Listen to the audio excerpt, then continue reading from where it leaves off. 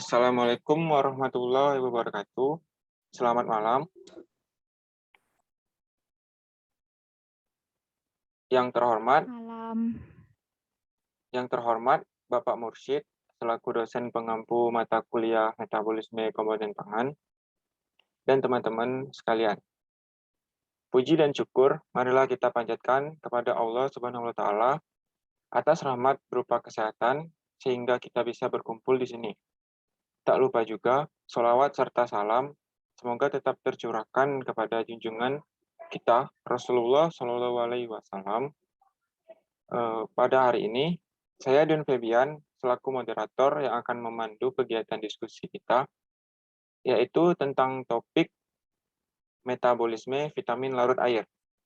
Sebelum diskusi dimulai, saya akan memperkenalkan anggota kelompok 5 beserta pemateri-pemateri. Yaitu yang pertama ada Diasi Murtaza sebagai pemateri 1, Reski Tanjung sebagai pemateri 2, Anita Trizani sebagai pemateri 3, Rizky Ananda sebagai pemateri terakhir, yaitu pemateri keempat. Dan susunan kegiatan diskusi yang akan kita lakukan diantaranya, yang pertama ada pembukaan, yang kedua ada penyajian materi dari kelompok penyaji, yang ketiga ada sesi tanya jawab.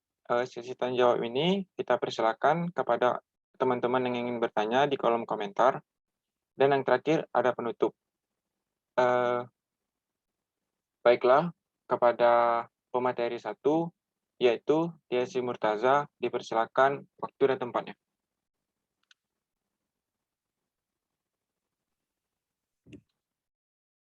Baik, terima kasih kepada moderator. Materi pertama yaitu metabolisme vitamin larut air.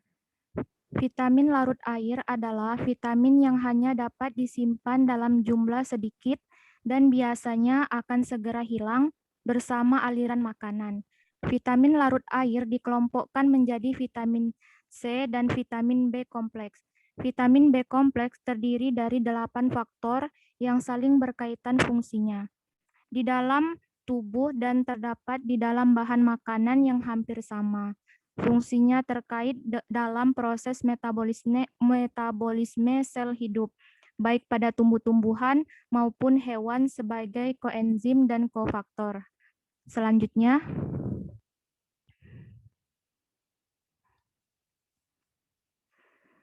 sifat-sifat vitamin larut air. Secara klasik, berdasarkan kelarutannya, vitamin digolongkan dalam 2 kelompok, yaitu vitamin yang larut dalam lemak dan vitamin yang larut dalam air. Karena yang pertama dapat diekstraksi dalam bahan makanan dengan pelarut lemak dan yang terakhir dengan air. Vitamin yang larut dalam air memiliki sifat umum antara lain: 1. Tidak hanya tersusun atas unsur-unsur karbon, hidrogen, dan oksigen. Yang kedua, tidak memiliki provitamin. Yang ketiga, dikeluarkan melalui urin. Yang keempat, terdapat di semua jaringan. Yang kelima, sebagai prekursor enzim-enzim. Yang keenam, diserap dengan proses difusi biasa. Yang ketujuh, tidak disimpan secara khusus dalam tubuh. Yang kedelapan, relatif lebih stabil, namun pada temperatur berlebihan menimbulkan kelabilan. Selanjutnya, jenis-jenis vitamin larut air ada 9. Yang pertama, vitamin B atau tiamin, sumber vitamin pada bahan pangan, contohnya kedelai, kacang tanah, kacang merah, kacang panjang, tempe. Yang kedua, vitamin B atau riboflavin, sumber vitamin pada bahan pangan, contohnya susu skim, buncis, telur ayam, dan telur bebek. Yang ketiga, vitamin B3 atau niacin, sumber vitamin B3, contohnya kacang tanah, jamur, alpukat, kacang-kacangan, dan biji-bijian. Yang keempat, ada vitamin B5 atau asam pantotenat.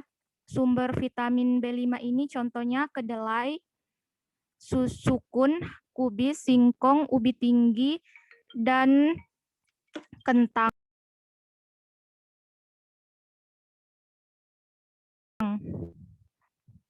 Selanjutnya, vitamin B6 yaitu vitamin B6 atau piroksidin, piridoksal, dan piridoksamin. Sumber vitamin B6 contohnya kecambah, kentang, serealia, dan kacang-kacangan. Yang ketujuh, vitamin B7 atau biotin. Sumber vitamin B7 contohnya serealia, kedelai, kacang tanah, sayuran, alpukat, dan pisang. Yang ketujuh, vitamin B9 atau asam folat, folasin, pteryl monoglutamat. Sumber vitamin B9 ini contohnya kedelai, bayam, brokoli, kacang merah, dan kacang hijau. Yang kedelapan ada vitamin B12 atau kobalamin. Sumber vitamin B12 ini contohnya susu, telur, ikan, keju, dan daging. Yang kesembilan ada vitamin C atau asam arkobat. Sumber vitamin pada bahan pangan contohnya daun katuk, daun pepaya, daun singkong, kembang kol, dan tomat. Terima kasih, saya kembalikan kepada moderator. Baiklah, terima kasih kepada Diasi Murtaza telah menyampaikan materinya. Kepada pemateri selanjutnya, itu pemateri kedua, Ahmad Reski Tanjung, dipersilakan waktu dan tempatnya. Terima kasih kepada moderator. Saya akan menjelaskan itu proses pencernaan makanan. Yang pertama dimulai dari mulut, yaitu adanya proses ingesti dan mastikasi.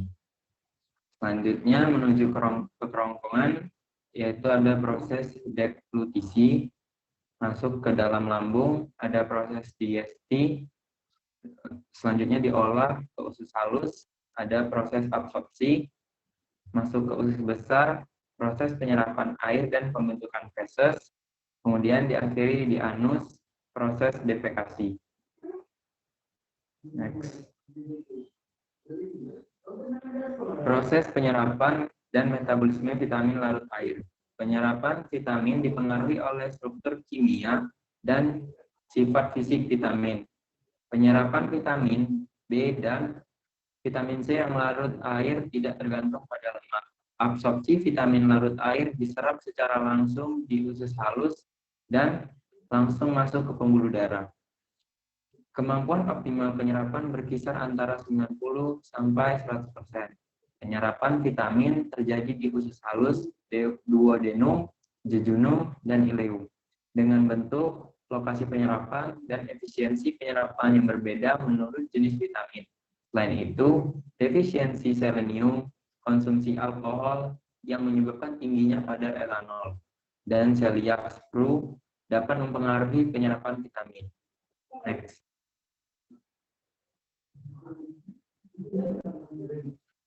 Akibat kelebihan dan kekurangan vitamin. Yang pertama, dampak kekurangan vitamin C. Kekurangan vitamin C menyebabkan karyawan di mulut, kulit cenderung kasar, gusi tidak sehat, hingga mudah goyah dan tanggal. Mudah terjadi pendarahan di bagian kulit sekitar mata dan gusi.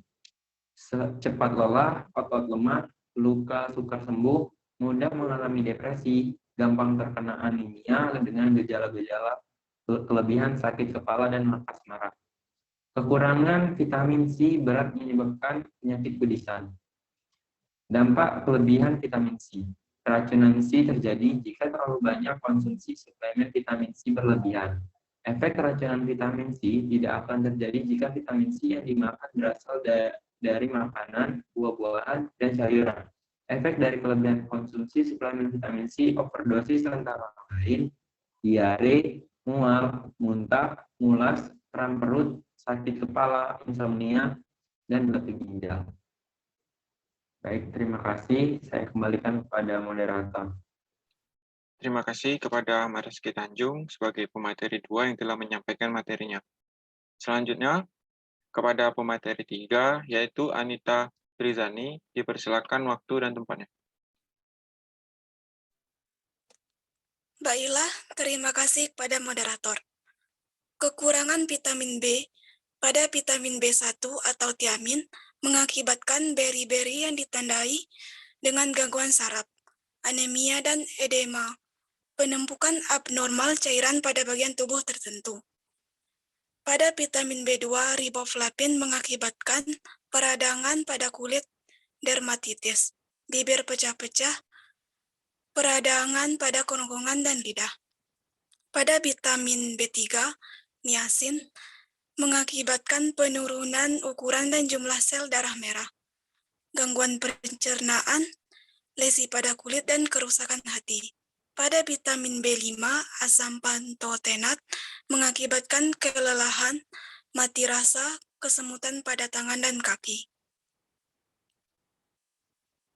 Selanjutnya, pada vitamin B6, piridoksin mengakibatkan kulit rusak, gangguan saraf motorik, kelainan pada darah, peradangan di sekitar mulut, lidah, dan kulit, kecanduan alkohol, kelainan kongenital, penyakit kronik tertentu, dan gangguan absorpsi.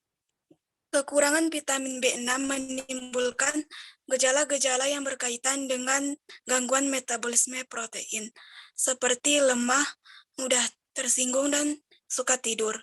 Jika lebih lanjut mengakibatkan kejang, anemia, penurunan pembentukan antibodi, peradangan lidah, serta luka pada bibir, sudut-sudut mulut, dan kulit, dan dapat mengakibatkan kerusakan sistem saraf.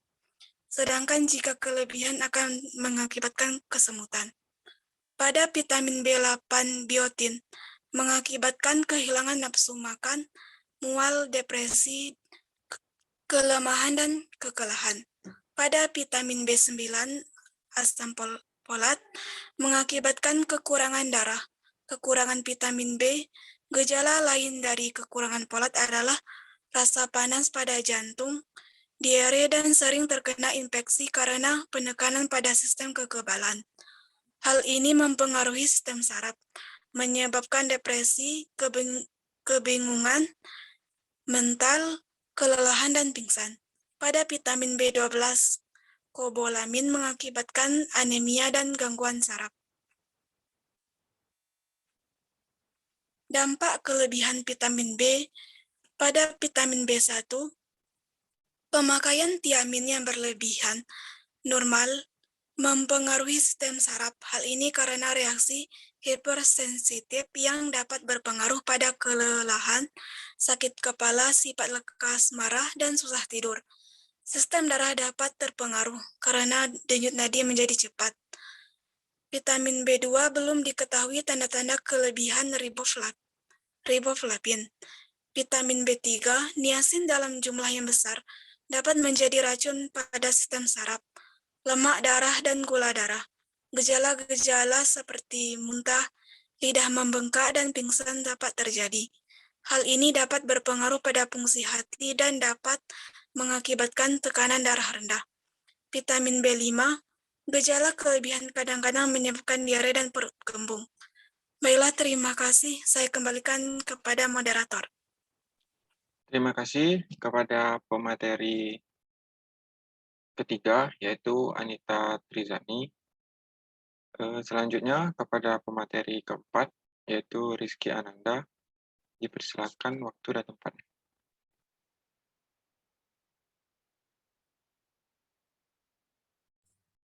Baiklah, terima kasih kepada moderator. Vitamin B6 menyebabkan kerusakan saraf yang tidak dapat diperbaiki, dimulai dengan kesemutan pada kaki, kemudian mati rasa pada tangan, dan akibatnya tubuh tidak mampu bekerja. Kemudian gejala keracunan adalah kesulitan berjalan, kelelahan, dan sakit kepala. Vitamin B8 akibat kelebihan biotin belum diketahui. Vitamin B9, gejala keracunan adalah diare, susah tidur, dan sifat mudah marah. Folat dan egois tinggi dapat menutupi kekurangan vitamin B12 karena kedua vitamin ini berhubungan. Vitamin B12 tidak diketahui adanya gangguan karena kelebihan vitamin B12. Dosis hingga 1000 mikrogram tidak menampakkan bahaya, tetapi juga tidak menunjukkan kegunaan. Penganut vegetarisme dianjurkan memakan suplemen multivitamin yang mengandung vitamin B12. Selanjutnya,